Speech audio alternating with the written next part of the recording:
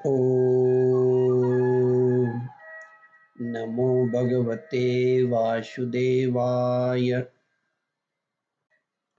श्रद्धालु भक्तों, श्रीमद् भागवत महापुराण के तृतीय स्कंद के 23वें अध्याय के अंतर्गत कर्दम और देवहूति का विहार का वर्णन है। इसके पूर्व जहाँ तक आप कथा श्रवण कर चुके हैं उसके आगे का प्रस्तुतिकरण करता हूँ।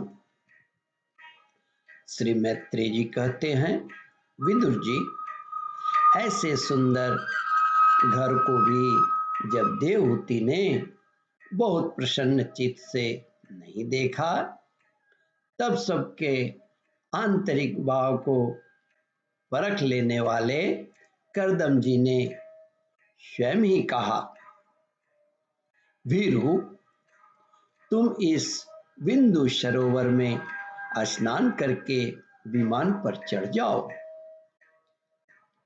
यह विष्णु भगवान का रचा हुआ तीर्थ मनुष्यों को सभी कामनाओं की प्राप्ति कराने वाला है। कमल लोचना देवहूति ने अपने पति की बात मानकर सरस्वती के पवित्र जल से भरे हुए उस सरोवर में प्रवेश किया। उस समय वह बड़ी मैली कुचैली साड़ी पहने हुई थी। उसके शरीर से बाल चिपक जाने से उसमें लटें पड़ गई थीं। शरीर में मैल जम गया था तथा स्तन कांति हीन हो गई थी। सरोवर में गोता लगाने पर उसने उसके भीतर एक महल में 1000 कन्याएं देखी। वे सभी किशोर अवस्था की कन्याएं थी और उनके शरीरों से कमल की सी गंध आती थी।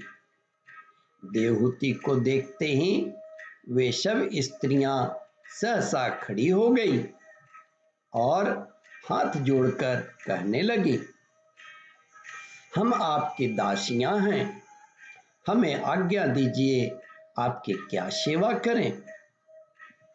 श्री मैत्रेय जी आगे कहते हैं, विदुर जी, तब स्वामिनी को सम्मान देने वाली उन रमणियों ने बहुमूल्य मालाओं, बहुमूल्य मसालाओं तथा गंध आदि से मिश्रित जल के द्वारा मनस्वी देवहूति को स्नान कराया तथा उसे उसे 2 नवीन और निर्मल वस्त्र पहनने को दिए। फिर उन्होंने ये बहुत मूल्य के बड़े सुंदर और कांतिमान आभूषण, सर्वगुण संपन्न भोजन और पीने के लिए अमृत के समान स्वादिष्ट आशव प्रस्तुत किए। अब देवहूति ने दर्पण में अपना प्रतिबिंब देखा तो उसे मालूम हुआ कि वह भांति भांति के सुगंधित फूलों के हारों से विभूषित है।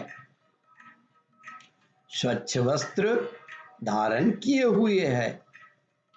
उसका शरीर भी निर्मल और कांतिमान हो गया है तथा उन कन्याओं ने बड़े आदर पूर्वक उसका मांगलिक श्रृंगार किया। दर्पण में देखते हुए देवहूति और देखती है, उसे सिर से स्नान कराया गया है। स्नान के पश्चात अंग अंग में सब प्रकार के आभूषण सजाए गए हैं तथा उसके गले में हार हुमेल, हाथों में कंकन और पैरों में चमचमाते हुए सोने के पायजेब सुशोभित हैं। कमर में पड़ी हुई सोने की रत्न जटित करधनी से, बहुमूल्य मणियों के हार से और अंग अंग में लगे हुए कुमकुमादि मंगल द्रव्यों से उसकी अपूर्व शोभा हो रही है।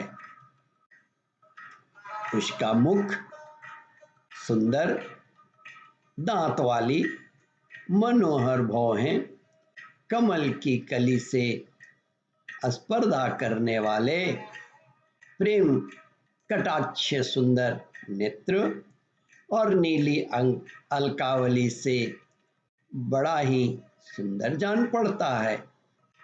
विदुर जी, जब देवहूति ने अपने प्रिय पति देव का स्मरण किया तो अपने को सहेलियों के सहित वहीं पाया जहां प्रजापति करदम विराजमान थे। उस समय अपने को सहस्त्रों स्त्रियों के सहित अपने प्राणनाथ के सामने देख और इसे उनके योग का प्रभाव समझकर देवहूति को बड़ा विस्मय हुआ। ओम परमात्मने नमः। श्रद्धालु भक्तों, इस कथा को ध्यानपूर्वक श्रवण मनन और इसका चिंतन करें।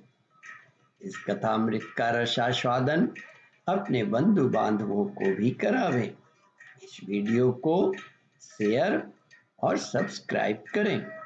ओम परमात्मने नमः।